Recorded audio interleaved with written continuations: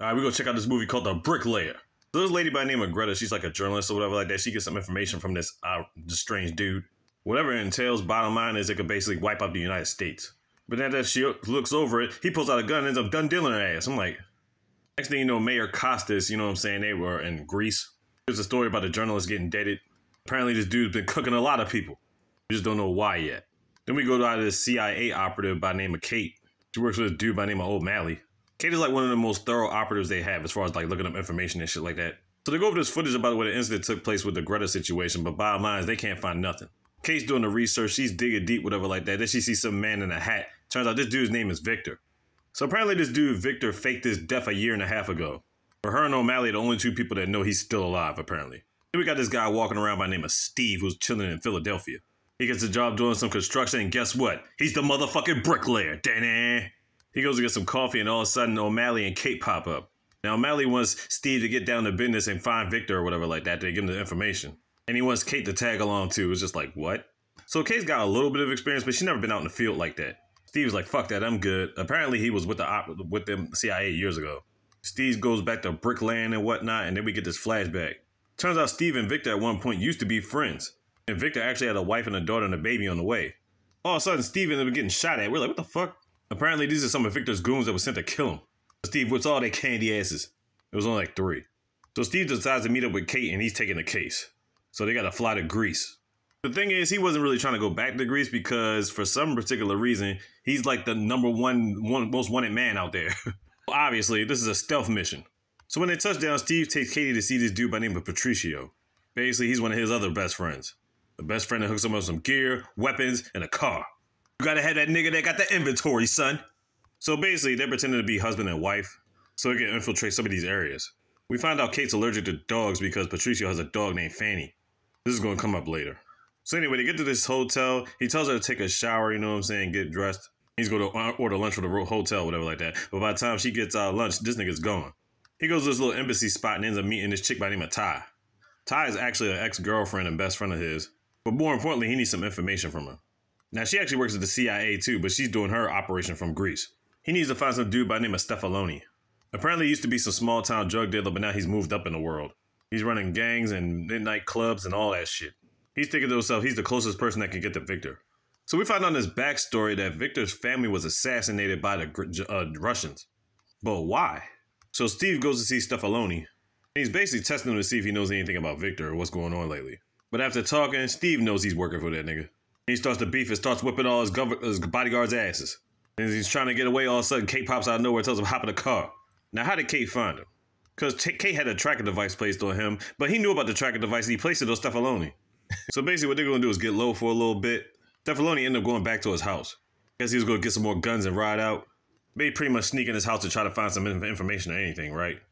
While they're trying to find stuff, Steve sees one of the bricks loose or whatever like that. He pulls apart the brick and he finds this envelope in there and finds Greta's phone in there. So that confirms this nigga's working with Victor. And the information tells Victor's supposed to be with some dude named C.I.A, so that's his next target. All of a sudden, one of the bodyguards came back at the house. They had to hide. Kate ended up sneezing, blowing the damn cover. And then Steve had to fight the bodyguard. Bottom line, Steve got his ass whipped, but he got the job done. Kate got kind of fucked up too. So where they gonna go after this? The Imperium Square. Why? Because that's where Victor's gonna meet C.I.A. So Kate and Steve and Patricio are all at the square. He's got eyes on C.I.A. They all had earpieces in. The crazy thing is Steve switched his earpiece because Victor ends up calling Steve. He basically was luring him away from the square so all of a sudden Victor could pop up, whatever like that, and done deal C.I.A. goes about his business. We're like, oh shit. Everybody looking for Victor, but he got away. So now as they're driving to try to find Victor, we get some more backstory. Well, before that, Kate's pissed off at Steve and storms out. I guess she went back to the hotel. Steve ends up going to Ty's house. They get some drinks, listen to music, whatnot. But there was a thing when Steve was supposed to get out the CIA and Ty was supposed to come with her, but Ty didn't come. Because she wanted to further her career or whatever like that. But she kept telling him she always regretted it. They end up kissing. He ends up giving her the business. And then we had the next morning. At this point, people act like they can't trust anybody or whatever like that. Somebody thinks the CIA has a mole in it. A rat fake, a snitch, a scandal. You get the point. So Kate's doing some digging and all of a sudden she puts the gun at Steve and she's like, I think you are the mole. Because she found out he was talking to Victor in the square. But he takes the gun from her and he's like, yo, you don't know the whole story. Then he ends up giving her the gun back. So they're trying to think of what to do next. They're trying to go to Patricio's house or whatever like that. But while they're in the car, Steve tells her the real deal about Victor. See, Victor was supposed to do a job for Steve through the CIA. See, at that point, Victor was taking out gangsters and mob bosses or whatever like that, but the CIA wanted him to take out this politician. At that point in time, he wasn't ready to move up in that rank. So Victor didn't want to go along with it. The cost was, they sent Russians over there to kill his fucking family. His wife, his daughter, and his wife was having a baby on the way on top of that too. So now basically Victor's taking out anybody that belongs to the CIA. People that were journalists, officials, like all different types of people. But at this point, he's kind of going out of control. So they go to Patricio's spot, but Patricio didn't pick up the phone. He's like, Patricio always answers the phone. Let's go in there with guns blazing. They go in there and find Patricio tied up, done deal, dead as shit. But he's tied to some ropes and jumper cables, and Steve is like, don't touch him. They check around his waist, he got this big ass bomb wrapped around him. So he tells Kate to take the clamps off the jumper cables over like that, and he's gonna set them down, and everything's good. But it's actually like a device. It's not really like a timer set with the bombs or whatever like that. It's basically like a bunch of grenades or whatever. Enough to blow all of them the fuck up. So who killed Patricio?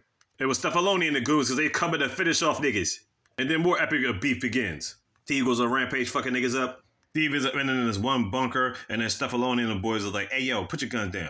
He was about to blaze all of them, but then he found out they kidnapped Kate. He gets Kate to walk back because he's gonna give himself up. He tells her, go meet him at the hotel, whatever like that, but she don't want to leave. She's like, if you don't leave, we're both gonna die. Reluctantly, she goes to the car, runs to the car, whatever like that, right? The crazy thing is, I didn't know he still had the bombs in his hand. He tosses the bombs through there because they're like in this one little office or whatever like that. Shoots that shit. These niggas get done deal dead as shit. She gets the car out. She sees the fire explosions, and they just see Steve just standing there in that fire. Also classic, just take a picture shit. So after Patricio dies, Steve is thinking to himself, Victor's on a fucking rampage. You know, if it comes down to it, I'm gonna have to kill this nigga. He's convincing himself he can't be saved. So they end up going back to O'Malley, and the thing is, Victor wants $100 million from the CIA, or he plans to kill Costas. If he decides to kill Mayor Costas, it'll be war between the countries, millions are gonna die, all that shit. Bottom line, they gotta save Costas. But then O'Malley takes Steve off the mission because he's been causing all types of carnage in Greece. Nigga, you stuck out your neck to get him in the first place. And they're gonna send Kate in there to get the money for him. Like, what? They got an earpiece for her and everything, you know what I'm saying? Ty's there. So Kate gets off the subway, she goes into this like one particular spot, whatever like that. Before she gets down the steps, she has her mouth all covered. Of course it was Steve. He takes her earpiece out, breaks that shit. He's gonna go down there to do it himself. He ends up going in his room, there's nothing but a laptop in there. He opens up the laptop and he finally sees Victor's face. And he's sending him over to $100 million. But here's the thing. He tells him about all this anarchy and all this other stuff. But after he receives it, the door freaking shuts.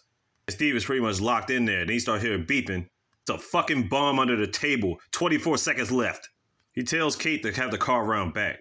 Kicks the bomb into the door and then runs to the other side. Bomb explodes. Mayhem. He gets out the building, almost gets hit by a van. And we find out Victor's actually driving the van. We're like, oh shit.